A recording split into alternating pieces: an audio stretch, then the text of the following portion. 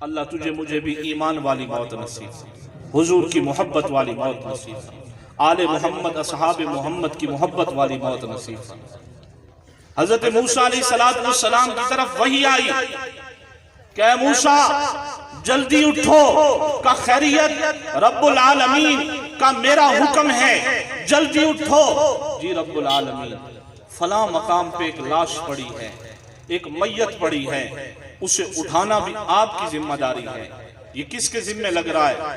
کلیم پیغمبر کے ذمہ لگ رہا ہے۔ اٹھانا بھی آپ کی ذمہ داری ہے، نہلانا بھی آپ کی ذمہ داری ہے، کفنانا بھی آپ کی ذمہ داری ہے، دفنانا بھی آپ کی ذمہ داری ہے۔ کلیم پیغمبر تھے، موڑ کے پیچھے نہیں دیکھا۔ کیوں؟ کس لیے؟ چونکہ چنانچہ اگر مگر نہیں، دوڑ پڑے، چل پڑے، لاش اٹھائی، چہرہ دیکھا، ورطہ حیرت میں ڈوب گئے۔ خیر تو ہے کہ یہ تو وہ شخص ہے جسے بستی والوں نے نکال دیا، یہ تو وہ گنہگار ہے جسم کا انگ انگ گناہوں سے لتھڑا ہوا ہے، یہ تو وہ ہے جو انتہائی گنہگار ہے، انتہائی گنہگار ہے، انتہائی گنہگار ہے۔ لیکن حضرت موسیٰ علیہ السلام زبان پہ تالا لگا کے اللہ کے حکم کو پورا کرتا نظر آ رہا ہے۔ اٹھایا، نہلایا، غسل دیا، دفن کیا، کفنایا، دعا مانگی اور ان کے لیے مغفرت کی، دعا کر کے پھر اللہ کی طرف متوجہ ہو کر عرض کی، یا باری تعالیٰ جب تک تیرا حکم پورا نہیں ہوا میں تب تک بولا نہیں۔ تیرا حکم پورا کرنے کے بعد میں پوچھنا یہ چاہتا ہوں، میری گزارش یہ ہے، میری عرض یہ ہے، میری درخواست یہ ہے کہ یہ تو وہ تھا جسے دنیا گنہگار سمجھتی تھی، یہ تو وہ تھا جسے دنیا ہاتھ نہیں لگانا چاہتی تھی، یہ تو وہ تھا جسے دنیا آنکھ سے دیکھنا نہیں چاہتی تھی، لوگوں نے تنگ آ کے بستی سے نکال دیا۔ تو اللہ رب العالمین فرماتے ہیں، میرے کریم پیغمبر ذرا غور سے میری اس کہانی اور قصے کو سن، میرے اس بندے کی بات کو سن کہ جب یہ آخری لمحے میں تھا، جب مرنے لگا تھا، جب موت کی آغوش میں چلا گیا، تو جب اس کے عمل کو میں نے دیکھا، ان کے عملوں میں ایک عمل اتنا خوبصورت تھا، میں خدا نے اس کے اگلے پچھلے سارے گناہوں کو معاف فرما دیا۔ حضرت موسیٰ علیہ السلام عرض کرتے ہیں، یا باری تعالیٰ وہ عمل کون سا تھا؟ اللہ فرماتے ہیں، جب یہ تیرے اوپر نازل ہونے والی تورات شریف کو اٹھاتا تھا، اسے بیٹھ کے دیکھتا تھا، جہاں ذکر محمد ہوتا تھا تو وہیں اس کو چوم کے آنکھوں پہ رکھ لیتا۔ فرمایا اس کا عمل مجھے اتنا پسند آیا کہ میں نے اس کے اگلے پچھلے گناہوں کو معاف کیا۔ مثلہم فی التورات ومثلہم فی الانجیل، ذکر محمد، ذکر آل محمد، ذکر اصحاب محمد یہ آج کے مسائل نہیں ہیں، یہ کچھ 14.5 صدیوں پہلے کی بات نہیں، کائنات کے بننے سے پہلے بھی یہی ذکر موجود تھا۔ کائنات کے بننے سے پہلے بھی یہی ذکر موجود تھا۔ حضرت انس روایت فرماتے ہیں اللہ نے کائنات کے کئی ہزار سال بنانے سے پہلے قرآن کی تلاوت کی، تو فرشتے عرض کرنے لگے، یا اللہ یہ کس کو ملے گا؟ فرمایا یہ اس کو ملے گا جو مجھے سب سے زیادہ محبوب ہے۔ اور اس قرآن میں ہے کیا؟ تمہیں ملے گا الحمد کی الف سے والناس کی سین تک، یا محمد مصطفیٰ کا ذکر ملے گا، یا محمد مصطفیٰ کے خدا کا ذکر ملے گا، یا آل محمد کا ذکر ملے گا، یا اصحاب محمد کا ذکر۔ یہ قرآن سارا اسی تعریف و توصیف میں ہے۔ حضور علیہ السلام تشریف لائے مکہ کی دھرتی پہ، حضور ہجرت فرما کے مدینہ تشریف لے گئے۔ آمنہ کے لال حضرت محمد مصطفیٰ، سب کہہ دو احمد مجتبیٰ صلی اللہ علیہ وآلہ وسلم کی ذات بابرکات نے اس امت کو جو انعام احسانات دیے، ہم ان کو سینے سے لگا کے حضور سے محبت کا ثبوت دیا کریں، اس لیے کہ دنیا میں بھی ہمارے لیے جو روئے تو وہ آمنہ کے لال تھے، جنت البقیع میں بھی جو اس امت کے لیے روئے تو وہ آمنہ کے لال تھے، اور محشر کے میدان میں جب سارے نبی نفسی نفسی پکار رہے ہوں گے، میرے اور آپ کے محبوب پیغمبر امتی امتی پکار رہے ہیں۔ ان پہ درود پڑھنا واجب نہیں، فرض ہے۔ ان کی ذات مبارکہ کی تعریف و توصیف کرنا فرض ہے، ان کے گھرانے کی تعریف و توصیف کرنا فرض ہے، اس لیے کہ جن کو کافور پہ ہوتا تھا نمک کا دھوکا، بن گئے دنیا کو اکسیر بنانے والے۔ دیکھنے نکل آئی خدائی ساری، گھر سے نکلے جو محمد کے گھرانے والے صلی اللہ علیہ وآلہ وسلم۔ حضور علیہ السلام کے گھرانے کا کیا مقام ہے؟ جو قرآن کا مقام ہے وہی حضور کے گھرانے کا مقام۔ جھگڑے چھوڑ دو، اختلافات چھوڑ دو، جو قرآن کو مانتا ہے اسے چاہیے وہ حضور کے گھرانے کو بھی مانتا۔ اس لیے کہ اللہ کے محبوب اعلان کر رہے ہیں، جب لوگ سامنے آئے پتھر مارنے لگے، دعوت اسلام پہنچنے لگی، تو آمنہ کے لال ارشاد فرماتے ہیں قُلْ لَا أَسْأَلُكُمْ عَلَيْهِ أَجْرًا إِلَّا الْمَوَدَّةَ فِي الْقُرْبَى، میں تم سے کچھ نہیں مانگتا، صرف اپنے اہل بیت کی محبت مانگتا۔ میں تم سے کچھ نہیں مانگتا، اپنے نواسوں کی محبت مانگتا ہوں۔ میں تم سے کچھ نہیں مانگتا، مجھے کوئی اجرت نہیں چاہیے، مجھے کوئی مزدوری نہیں چاہیے، مجھے کوئی تنخواہ نہیں چاہیے۔ میں بس یہی چاہتا ہوں کہ جس حسن و حسین کو میں نے کندھوں پہ بٹھایا ہے وہ تمہارے دل میں ہونے چاہیے، جس حسن و حسین کو میں نے لب چسائے ہیں وہ تمہارے دل میں ہونے چاہیے۔ اس لیے کہ حضور نے سب سے بڑھ کے جن سے محبت کی ہے وہ حسنین کریمین ہیں۔ حضور نے سب سے بڑھ کے جنہیں چوما ہے فشمہو، انہیں سونگا ہے، انہیں حسن و حسین کہتے ہیں۔ حضور اپنے نواسوں کو اٹھاتے، سردی کے ایام تھے، حضور چادر اپنے جسم پہ لیے ہوئے، ایک کوکھ پہ حضرت امام حسن ہیں، ایک طرف حضرت امام حسین ہیں۔ حضور یوں ہی گھر سے باہر تشریف،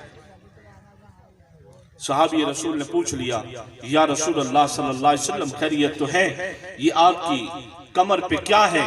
کون سا بوجھ اٹھا رکھا ہے؟ کون سا بوجھ اٹھا رکھا ہے؟ میں کہتا ہوں اللہ کے محبوب پیغمبر نے فرمایا ہوگا یہ میں نے وہ بوجھ اٹھا رکھا ہے جنہوں نے میرے بعد میری امت کا بوجھ اٹھانا ہے۔ میں نے ان کو اٹھا رکھا ہے جنہوں نے اپنے تن من دھن کی قربانی دے کے میرے پر اترنے والے قرآن کو اٹھا کے رکھا۔ حضور علیہ السلام نے ارشاد فرمایا کہ میرے صحابی یہ میری دائیں طرف حسن ہے، یہ میری بائیں طرف حسین ہے رضی اللہ تعالیٰ عنہم اجمعین۔ فرمایا میرے صحابی میں اللہ کا رسول بھی ان سے محبت کرتا ہوں، خدا بھی ان سے محبت کرتا ہے۔ میں خدا کی بارگاہ میں ہاتھ اٹھا کے کہتا ہوں، آمنہ کے لال فرماتے ہیں اے اللہ جو حسن و حسین سے محبت کرے تو خدا بھی ان سے محبت کرے۔ سامعین گرامی قدر، یہ وہ پاکیزہ مقدس مطہر ہستیاں ہیں۔ میں وقت کی نزاکت کو سامنے رکھتے ہوئے گزارش کرنا چاہتا ہوں، خدا کرے ان کی سچی محبت میرے اور آپ کے انگ انگ میں اتر جائے۔ اس لیے کہ آمنہ کے لال صلی اللہ علیہ وسلم نے ان کے بے شمار فضائل بیان فرمائے۔ حضور منبر پہ تشریف فرما، سامنے دیکھا جمعے کا خطبہ ہے، حضور علیہ السلام نے دیکھا دونوں نواسے لمبی عبائیں پہن کر، لمبے چولے پہن کر یوں ہی مسجد میں داخل ہوئے، پاؤں اٹکا زمین پہ گرنے لگے۔ آمنہ کے لال صلی اللہ علیہ وسلم نے منبر بھی چھوڑ دیا، خطبہ بھی چھوڑ دیا، عربی بھی چھوڑ دی، جماعت بھی چھوڑ دی، مصلی بھی چھوڑ دیا، مسجد بھی چھوڑ دی، صحابہ بیٹھے تھے ان کو بھی چھوڑ دیا، دوڑتے ہوئے چیرتے ہوئے مجمع سے آگے نکلے۔ صحابہ سارے مڑ کے دیکھنے لگے کائنات کا امام کدھر جا رہا ہے، نبیوں کا سردار کہاں تشریف لے کے جا رہا ہے، آمنہ کا لال کدھر جا رہا ہے۔ صحابہ مڑ کے دیکھ رہے ہیں حضور کے اٹھتے قدموں کو، حضور کے چلتے قدموں کو، حضور کی پریشانی کو، حضور کے چہرے کے آثار کو۔ حضور نے جاتے ہی اپنے نواسوں کو اٹھایا، سینے سے لگایا، پھر حضور واپس پلٹے، منبر پہ پہنچے، حسن کو بھی بٹھایا، حسین کو بھی بٹھایا۔ خطبہ جہاں تھا روک دیا، عربی جہاں تھی روک دی، کلمے جہاں تھے روک دیے۔ حضور نے حسن کی طرف بھی اشارہ کیا، حسین کی طرف بھی اشارہ کیا، مجمع سے کہہ کر کہا، صحابہ کو خطاب کر کے کہا او میرے صحابہ تمہارا امام تب مکمل ہوگا، قرآن تب مکمل ہوگا، نماز تب مکمل ہوگی۔ یہ بھی میری محبت ہے، یہ بھی میری محبت ہے، یہ بھی میری عقیدت ہے، یہ بھی میری عقیدت ہے، یہ بھی میرا خون ہے، یہ بھی میرا خون ہے، یہ بھی میری اولاد ہے، یہ بھی میری اولاد ہے۔ تم میں سے جس کے دل میں ان کی محبت ہوگی خدا اسے اپنا محبوب بنا لے، اور جس کے دل میں ان کی محبت نہیں ہوگی لاکھ کعبے کا طواف کرے، لاکھ ٹکرے مارے، ایک سجدہ بھی خدا کی بارگاہ میں قبول نہیں۔ کون حسن و حسین؟ رب محمد کی قسم ہے خطیبانہ بات نہیں ہے، ایسے جملہ نہیں ہے، بیان کرنے کے اوقات کیا ہیں ہمارے پاس، وقت کیا ہے کہ ہم ان ہستیوں کے تذکرے بیان کر سکیں۔ صحابی رسول بیٹھے جنازے سے واپس آ رہے، راستے میں حضرت امام حسین رضی اللہ تعالیٰ عنہ کو دیکھا، لوگ کہتے ہیں کہ شاید محبت نہیں کرتے تھے۔ یقین جانیے جو محبت نہیں کرتے تھے اللہ نے انہیں نبی کی جماعت سے بھی نکالا، جو محبت کرتے تھے قرآن نے انہی کا ذکر فرمایا ہے، نبی نے انہی روزے میں سلایا ہے جو امام حسن و حسین سے محبت کیا کرتے۔ صحابی رسول نے دیکھا حضرت امام حسین رضی اللہ تعالیٰ عنہ ایک درخت کے نیچے ٹیک لگا کے بیٹھے ہیں، جنازے سے واپس آ رہے تھے، راستے میں تھکاوٹ ہو گئی، چھاؤں میں بیٹھ گئے، اور یہ صحابی رسول انہیں سیدنا ابو ہریرہ رضی اللہ تعالیٰ عنہ کہتے ہیں، یہ حافظ الحدیث تھے، پیغمبر کی بے شمار حدیثوں کے راوی تھے، پیغمبر کی بے شمار حدیثوں کے نقل کرنے والے تھے، بڑی عمر کے تھے، سفید داڑھی والے تھے، اور بڑی عمر کے مالک تھے، بڑی عمر رکھتے تھے، قد کاٹ والے تھے، بزرگ شخصیت تھے۔ اپنی پگڑی اتاری جو سر پہ باندھی ہوئی تھی، سیدھے امام حسین کے پاس چلے گئے۔ حضرت امام حسین یوں اپنی ٹانگیں پھیلا کر اپنے پاؤں مبارک یوں دراز کر کے بیٹھے تھے، تو حضرت ابو ہریرہ رضی اللہ عنہ اپنی سر کی چادر اتار کے حضرت امام حسین کے پاؤں کو صاف کرنے لگے۔ کہو سبحان اللہ۔ اللہ ہمیں بھی ان مقدس ہستیوں کے نام کی، کام کی، اور اللہ ان کی ذات کی ہمیں عزت کی توفیق عطا فرمائے۔ پاؤں صاف کرنے لگے، حضرت امام حسین رضی اللہ تعالیٰ نے فوراً پاؤں پیچھے کیے، کہا چچا بڑی عمر، سفید داڑھی، میں چھوٹی عمر کا ہوں، قربان جاؤں پیغمبر کے صحابہ پہ اور حضور کی محبت جو ہے آل سے محبت کے تعلق پہ، کہ جنہوں نے آپ صلی اللہ علیہ وسلم کی آل کی محبت کر کے دکھائی ہے، ان کا ادب کر کے دکھایا ہے۔ آنکھوں سے آنسو آ گئے، عرض کرنے لگے حسین رضی اللہ تعالیٰ عنہ اجمعین، کہا میں ان پاؤں کو اپنے اگر زبان کے تلموں سے بھی صاف کروں تو بے جا نہیں ہوگا، اس لیے کہ میں نے ان پاؤں کو پیغمبر کے علم نشرہ لک صدرک کے سینے پہ لگتے دیکھا، علم نشرہ لک صدرک کے سینے پہ لگتے دیکھا ہے۔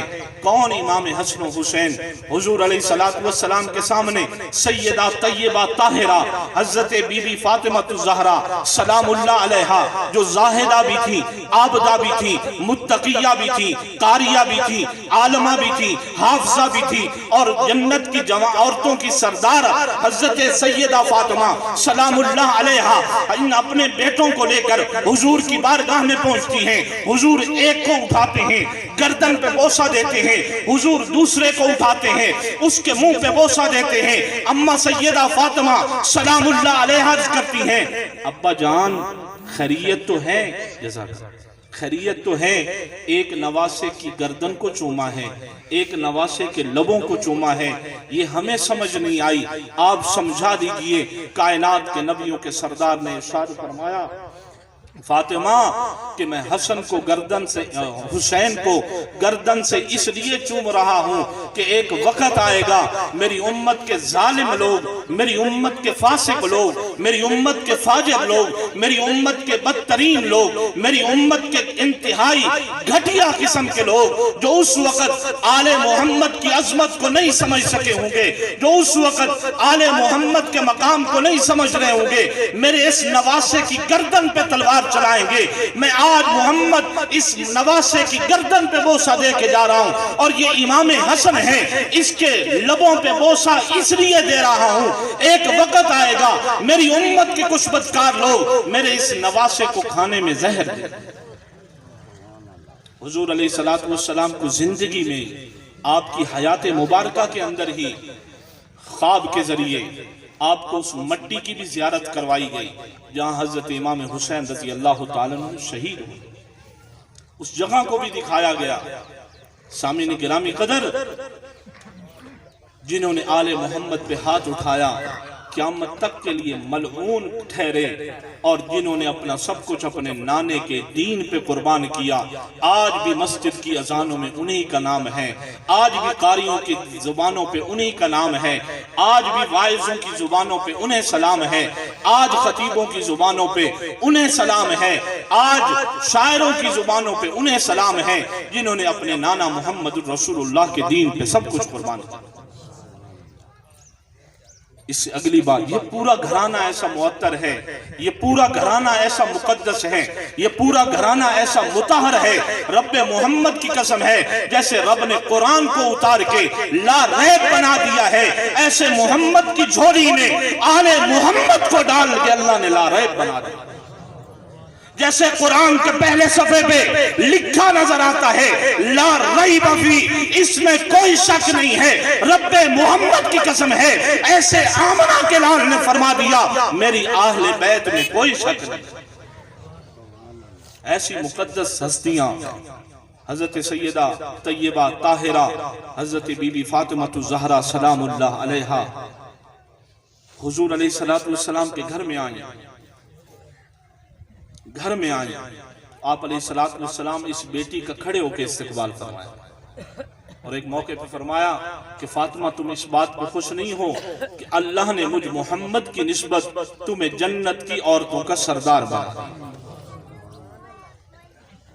ایک دن آپ تشریف فرماتے، حضرت سیدہ فاطمہ الزہرا سلام اللہ علیہا تشریف لائیں، تو آپ علیہ السلام کھڑے ہو کے استقبال بھی فرما رہے ہیں، اور پھر آپ علیہ السلام لمبی سانس کھینچی تو گھر میں موجود ام المؤمنین امی عائشہ الصدیقہ رضی اللہ تعالیٰ عنہ نے عرض کیا یا رسول اللہ صلی اللہ علیہ وسلم، آپ کا کھڑا ہونا سمجھ میں آتا ہے، آپ کا استقبال کرنا سمجھ میں آتا ہے، یہ آپ نے جو لمبی سانس کھینچی ہے اس بات کی سمجھ نہیں آتی۔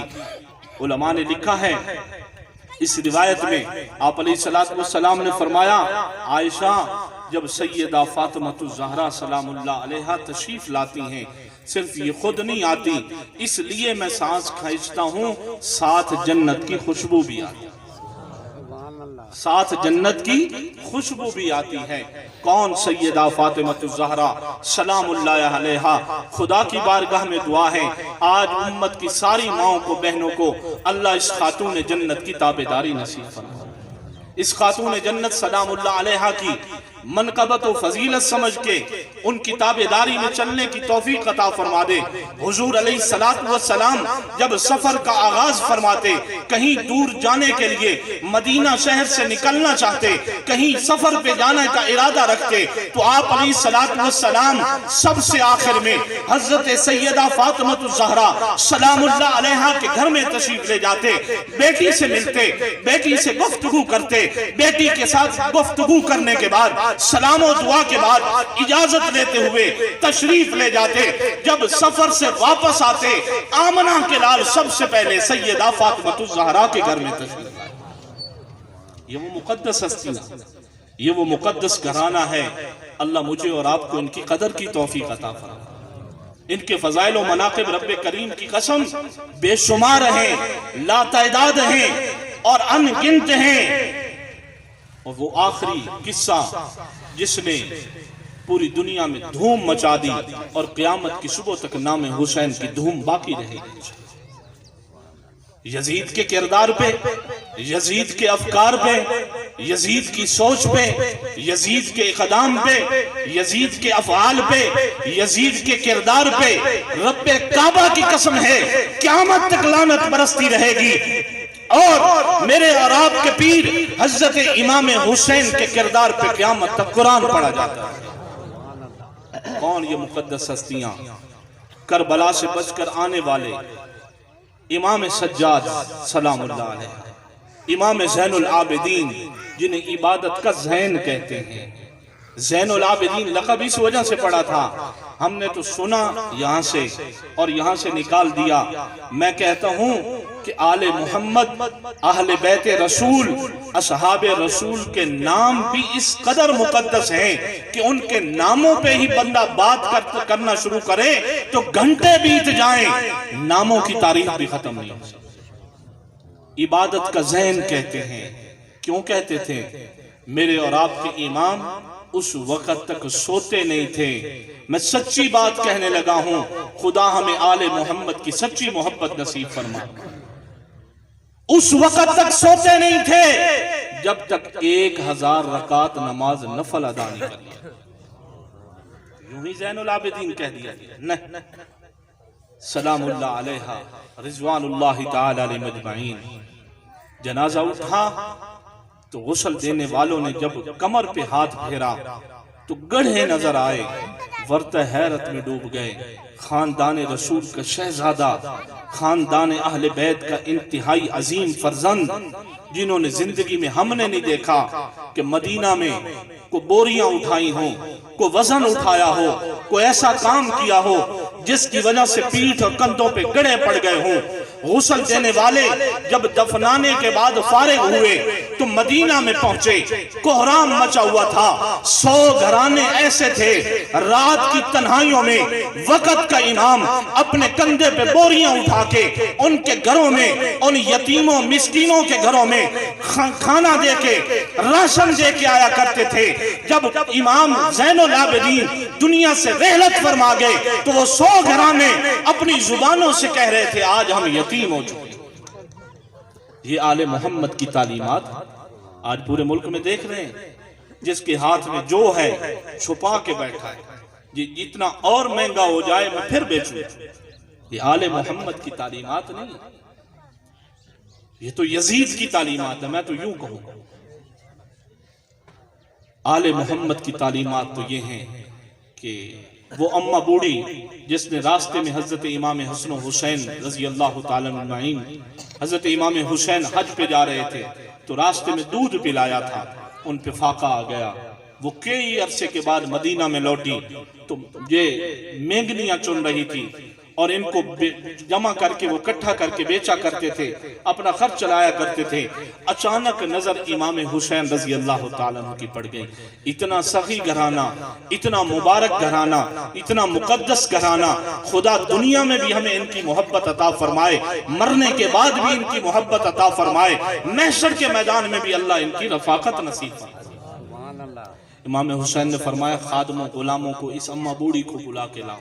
بلایا گیا کہ اماں تو وہی اماں تو نہیں جس نے ہمیں دودھ پلایا تھا؟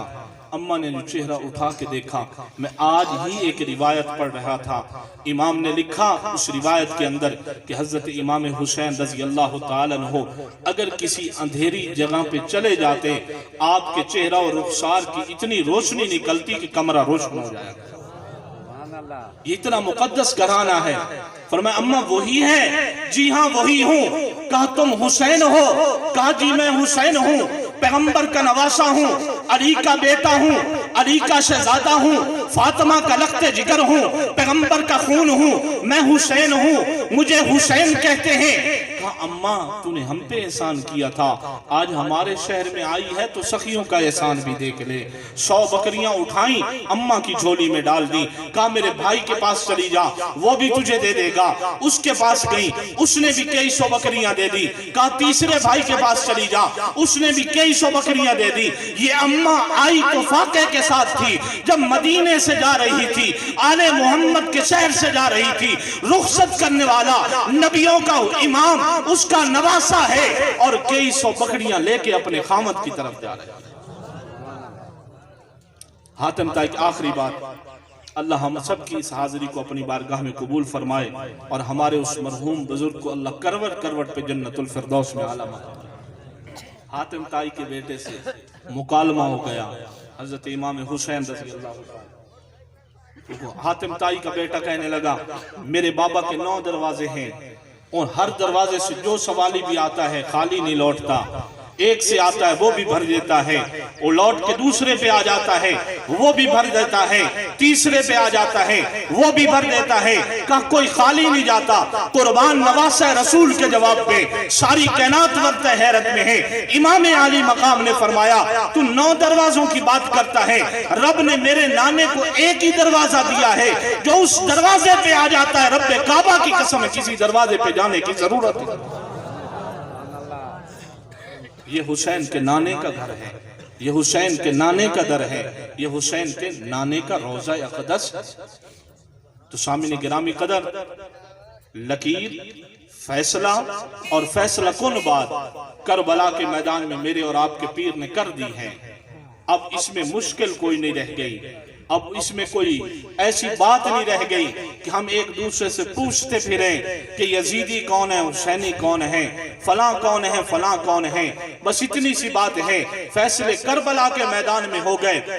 جو قرآن پڑھتے مر گئے، جو قرآن پڑھتے شہید ہو گئے، جو قرآن پڑھتے لہولہان ہو گئے، جو قرآن پڑھتے جانے دے گئے، جو قرآن پڑھتے نمازیں پڑھتے اپنے نانا کے دین پہ قربان ہو گئے، انہیں حسینی کہتے ہیں۔ اور جنہوں نے پیغمبر کی آل پہ تیر چلائے، تلواریں چلائیں اور پیغمبر کی آل پہ ظلم کیا، وہ قیامت تک ملعون ہو گئے۔ آل محمد پہ درود پڑھا جائے گا، ان پہ لعنتیں بھیجی جائیں گی۔ ہمارا تو یہی عقیدہ ہے، اور اسی میں اللہ نے نجات رکھی ہے۔ ملے گی جنت، پیے گا کوثر، اسی کو محشر میں چین ہوگا۔ نبی محبت کریں گے اس کے جس کے دل میں حسین ہوگا، نبی محبت کریں گے اس سے کہ جس کے دل میں حسین ہوگا۔ اللہ ہم سب کو آل محمد، اصحاب محمد کی سچی محبت نصیب فرمائے۔ ان کہی سنی باتوں پہ اللہ ہمیں عمل کی توفیق عطا فرمائے۔ وآخر دعوانا ان الحمدللہ رب العالمین۔